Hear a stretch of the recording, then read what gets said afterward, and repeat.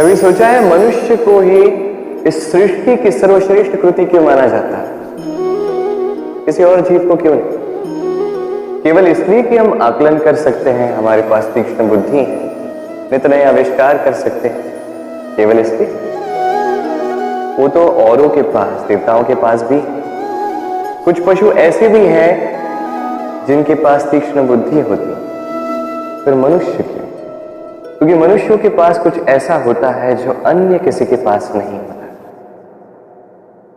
मानवता, मानवता जो सबसे आगे जाना तो चाहती, पर यदि राह में कोई ठोकर खा के गिरा तो उसे संभालना भी जानती। स्मरण रखिए, आपका सबसे बड़ा परिचय आपका नाम, आपकी संपत्ति या आपका धर्म भी नहीं है। आपका सबसे बड़ा परिचय आपकी मानवता। तो समय समय पर इस मानवता का परिचय दिया कीजिए, दूसरे मनुष्यों की सहायता कीजिए, अन्य जीवों की सहायता कीजिए। अपने आप डरना जो है ये पशुओं की प्रवृत्ति। मनुष्य जो दूसरों के लिए मरता है, मनुष्य वो जो दूसरों को मरने से बचाता है। इस मानवता को जगाएं और इस जीवन को जीना आरंभ करें। इस संसार में माता पिता अपने संतान को सबसे बड़ी भेंट क्या दे सकते हैं?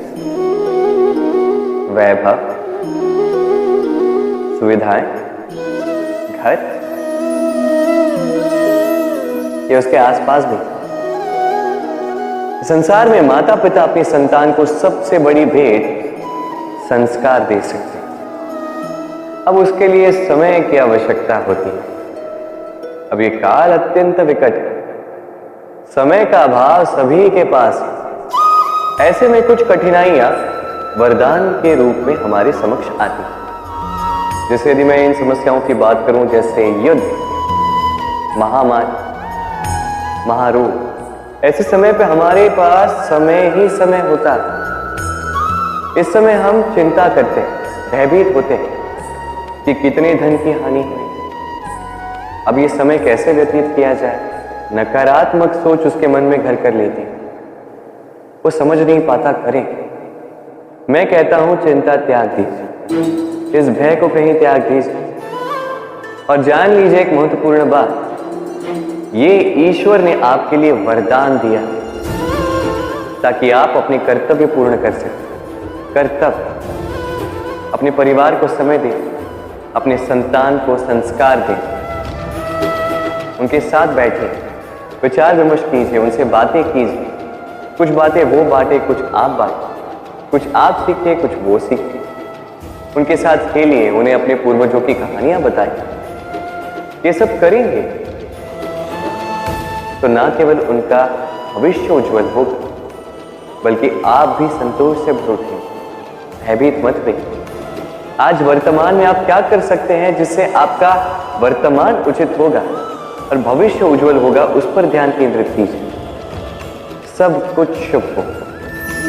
बालपन, अब बालपन के विषय में क्या ही करें, अत्यंत विशेष होता है ये बात।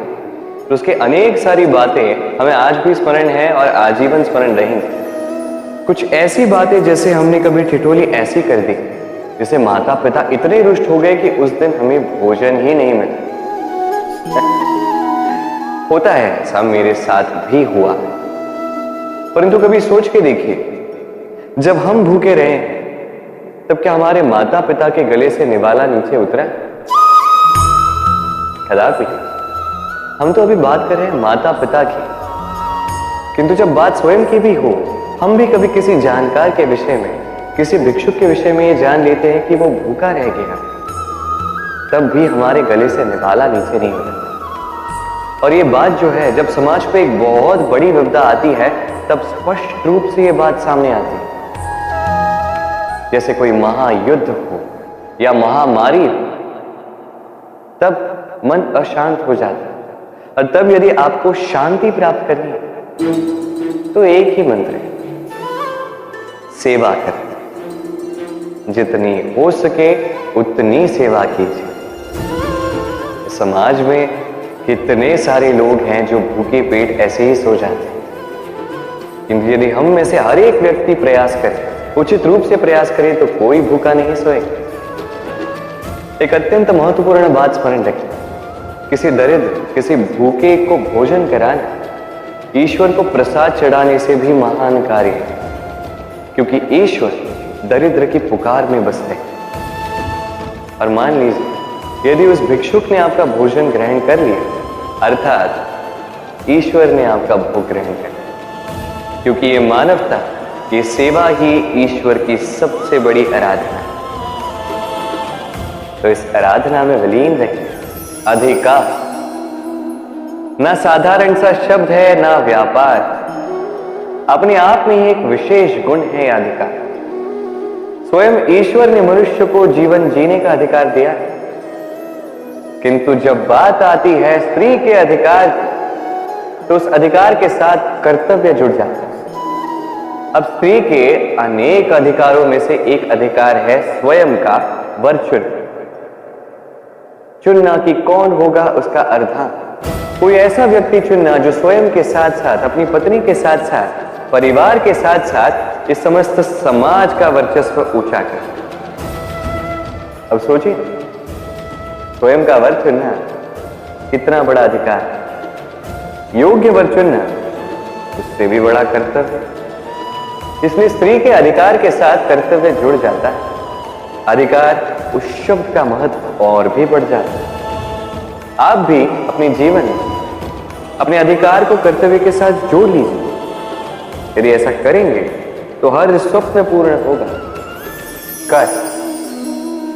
कर्म सदैव शांति से कर, उस नींव की ईंट की भांति जो शांति से 7 हाथ गहराई में जाती।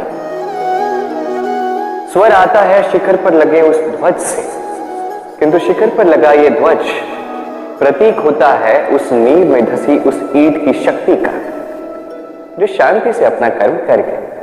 तो ऐसे ही आप अपना कर्म कीजिए शांति से, संतोष से। जो शोर मचाना है वो आपकी सफलता को मचाने दीजिए, क्योंकि जब सफलता का ये स्वर संसार में गूंजता है, तब कर्म का ये मौत और भी शक्तिशाली हो जाता है। परीक्षा एक ऐसा शब्द जिसको सुन के इस संसार के अधिकतर लोग भयभीत हो जाते हैं। कारण क्या है? असफलता का भय। परीक्षा इस शब्द का यदि मैं दूसरा पहलू बताऊं, उसका तात्पर्य ये नहीं कि वो आपकी दुर्बलता सबके सामने है। ये तो वो युक्ति है जो आपका बल, साहस, आपकी शक्तियां सबके समक्ष प्रस्तुत करती है। जी हाँ, ये वो युक्ति है। आप स्वयं कभी देखिए, परीक्षा के समय आपके भीतर के ऐसे गुण निखर के आते हैं, कुछ ऐसी शक्तियां प्रकट होती हैं जिसके विषय में आप स्वयं अनजान थे, है कि नहीं? तो इस परीक्षा से भयभीत होना बंद कर दीजिए। विश्वास के साथ, निडरता के साथ इसका सामना कीजिए। दिन के अंत में ये परीक्षा आपको केवल निखारेगी, आपको और श्रेष्ठ बनाएगी। जल में तैरना किसे नहीं भाता। हम में से हर एक व्यक्ति चाहता है कहीं किसी सरोवर में, नदी में, जल के बीच में हम क्रीड़ा कर आनंद उठाएं। क्यों? अब बताइए, हम में से कितने ऐसे हैं जिनमें सागर की लहरों में एक किनारे से दूसरे किनारे की ओर तैर के जाने का साहस है? कौन है ऐसा? अब ये कार्य तो अत्यंत कठिन है। हमें किनारे प्रिय है, जल में क्रीड़ा करना प्रिय है, किंतु किनारों पर, सागर की लहरों में। किंतु एक बात स्मरण रखिएगा, जिस दिन इन किनारों को भूलकर हम सागर की लहरों के साथ लड़ने का साहस जुटा लेते हैं, उसी दिन इन सागर की लहरों से लड़ने का बल भी हम में आ जाता है। तो किनारे हमें प्रिय होते हैं, हमें सुरक्षित रखते हैं, किंतु ये हमें दुर्बल भी बनाते हैं। तो इन किनारों को त्यागिए और सागर की लहरों से टकराने का संकल्प उठा लीजिए। स्वयं पर विश्वास रखिए, फिर देखिए क्या होता है। सफलता के शिखर पर आपका यह जीवन पहुंचेगा और प्रेम से कहेगा, राधे राधे।